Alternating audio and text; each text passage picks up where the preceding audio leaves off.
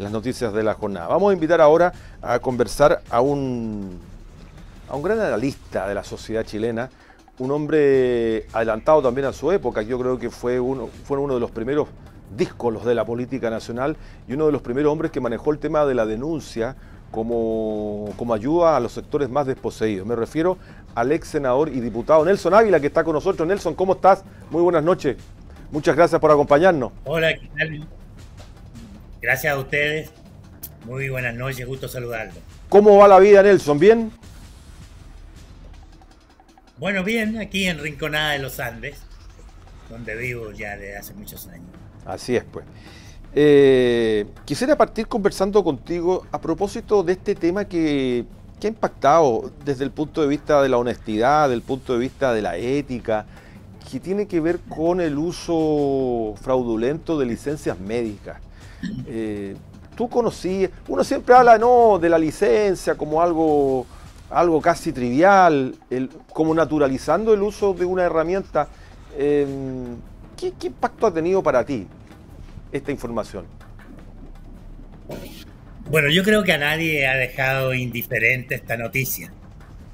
La verdad es que tratándose de un instrumento tan sensible como son las licencias médicas, que envuelven tantos aspectos muy importantes en la vida de las personas, su salud, el funcionamiento de las instituciones públicas del área, la eficiencia del Estado como institución para enfrentar los problemas que origina la pérdida de la salud.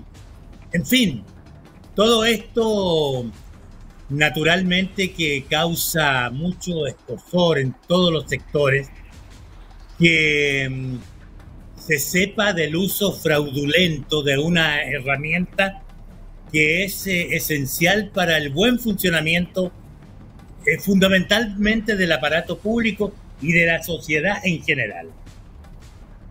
Ahora, yo creo que si bien debemos repudiar la existencia de estos hechos, también tenemos que felicitarnos por un aspecto que no puede dejar de pasar, de ser suficientemente valorado, y es que se conozcan estos hechos, que la opinión pública tome conocimiento de la existencia de este tipo de fraudes y que lo haga por el funcionamiento de instituciones que son muy importantes y emblemáticas.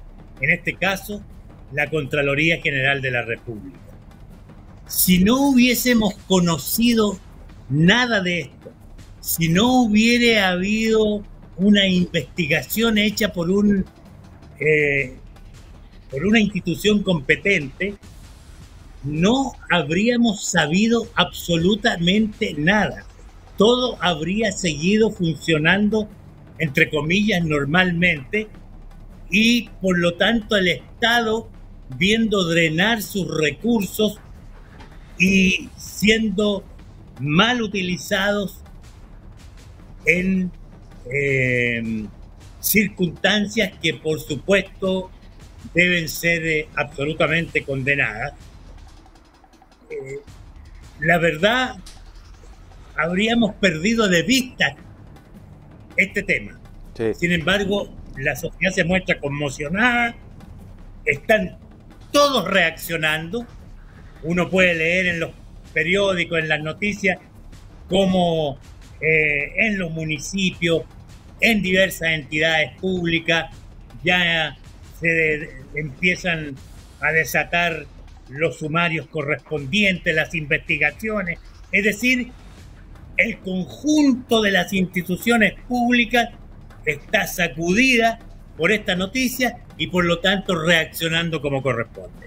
Ahora, el fondo de esto está relacionado también con el estatuto administrativo, porque finalmente se pueden hacer sumarios. ¿Estos sumarios en qué concluyen? ¿Sacar a la persona del cargo? Difícil, se ve difícil. llevar esto por otro camino se ve difícil también. Sí, hay muchas dificultades para implementar el tipo de sanción que uno desearía que surgiera frente a circunstancias como esta.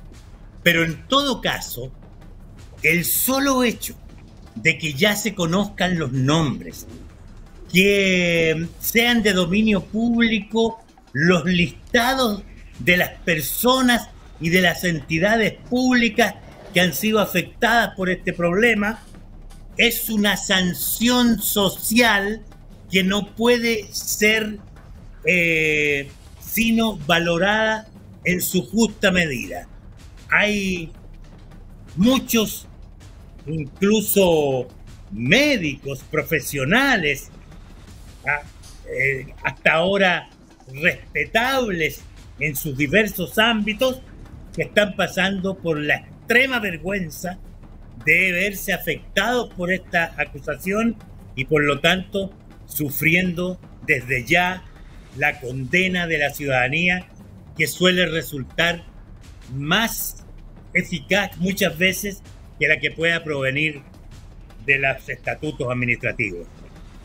Estamos conversando con el ex senador y diputado Nelson Ávila. Especial lectura de la sociedad actual tiene siempre Nelson. Te llevo a otro tema, Nelson. ¿Cómo estás viendo la campaña primaria del actual oficialismo, ¿no? La ves con energía, está llenando los campos de acción, ¿se ve vigorosa o se ve un poco deprimida? Mira, naturalmente que es una campaña que arranca con dificultades, que surge en el contexto de unos problemas complejos que han vivido los sectores políticos, ponen el llamado oficialismo, pero que las diversas candidaturas han tenido la fortuna de que no hubiese inscrita otra competencia de la misma característica. Es decir, que la derecha haya desistido de medirse en primarias.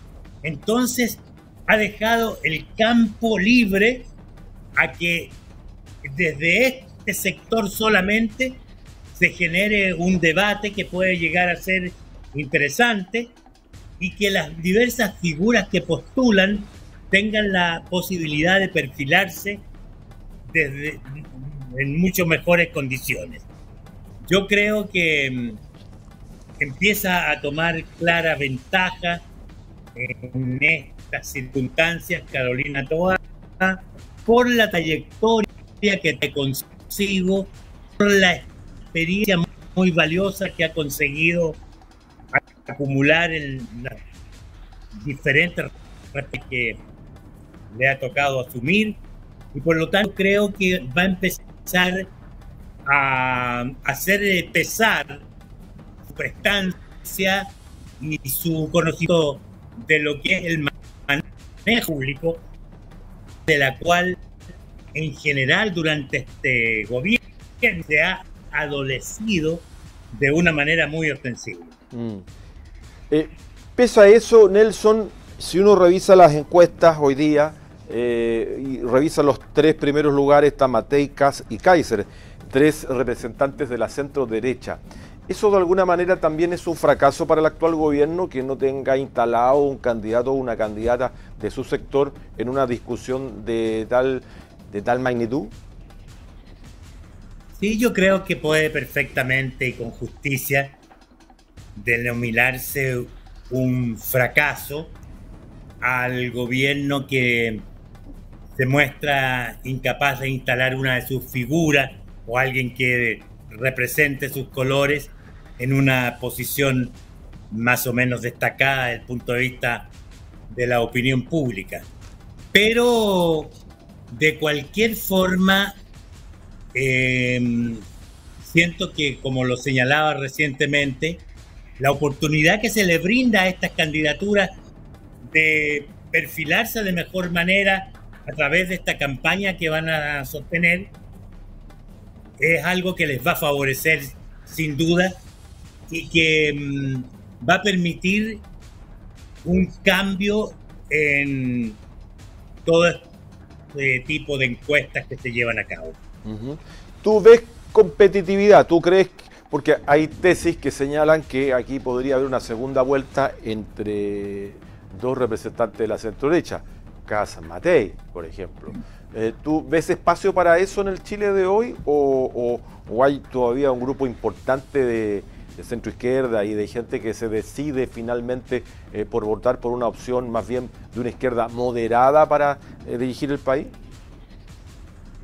Yo lo creo improbable. ¿Ya? Aun cuando hay algunos signos que permitan a algunos mirar con esa clase de optimismo lo que pueda ocurrir electoralmente, fundamentalmente desde el punto de vista de la derecha.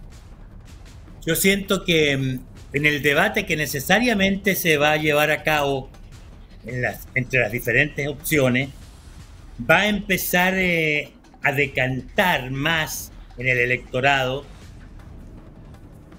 la idea de que sería trágico para el país que solo se diese la posibilidad de elegir entre dos expresiones de la derecha y probablemente de la derecha más extrema.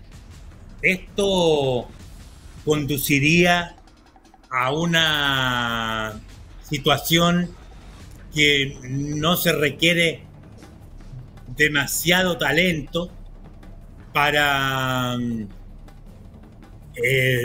imaginar de que podría desembocar en una catástrofe social, porque el desconocimiento de logros importantes que en esta materia se han conseguido a lo largo de los diferentes gobiernos progresistas puede poner en riesgo derechos son muy valorados por la ciudadanía y que creo que esta se mostraría muy dispuesta a luchar por su permanencia.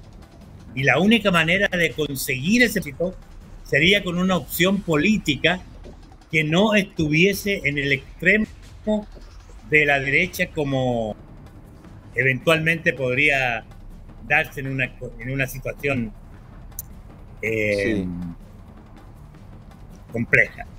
Claro, pero algo ha pasado en el país, Nelson, que se esté dando esto. No sé, en el mundo de Kaiser hay mucho, yo no creo que sean todos de derecha, hay mucho desencantado, mucho voto protesta contra el establishment, contra el sistema. ¿Hay algo que uno pudiese analizar un poquito más en profundidad de ese voto o de ese discurso hoy día? Sí. Yo creo que hay un elemento que ha permeado mucho al electorado en general y es el relativo a la violencia con que actúan los grupos criminales que hoy día operan en nuestra sociedad. Esa circunstancia está minando muy profundamente la adhesión y el apoyo que la gente le brindó en su minuto al gobierno actual. No se repara con suficiente profundidad que esto tiene una raíz y un origen que va más allá de las actuales autoridades. Este es un fenómeno que está asolando no solo a Chile, sino que desde Estados Unidos hacia el sur, prácticamente a todos los países de América, tanto del norte como del sur. La migración venezolana, que alcanza a los 8 millones de personas, tiene un componente muy alto en la actualidad de delincuencia de la más violenta y de la más peligrosa, que se ha esparcido por los diferentes países, y a nosotros por lo menos nos ha caído, yo calculo, 1 millón, por lo menos. Así es. Entonces, si teníamos dificultades con el manejo de nuestra propia delincuencia, ahora con este refuerzo internacional de bandas criminales que traen métodos absolutamente desusados en términos de su crueldad y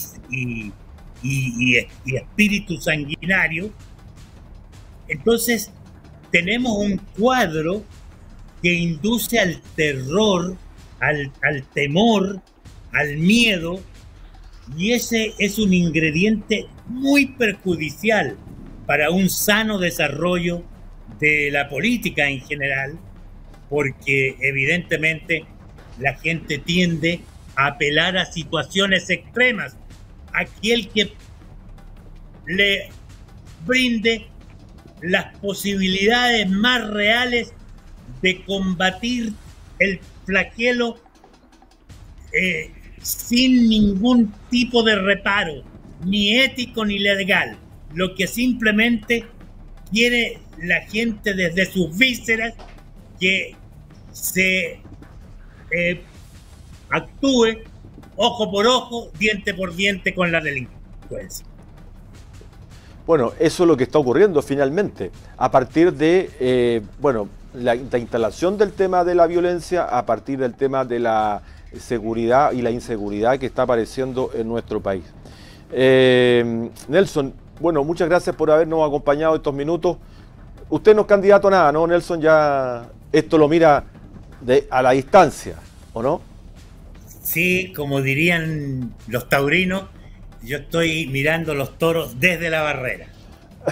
Creo que ya hay una época y una etapa que ya ha sido suficientemente cubierta, y hay que dejar que las nuevas generaciones asuman sus responsabilidades en todos los campos. No quiero que ocurra como en la selección chilena, que hoy día, pasada la etapa aquella de la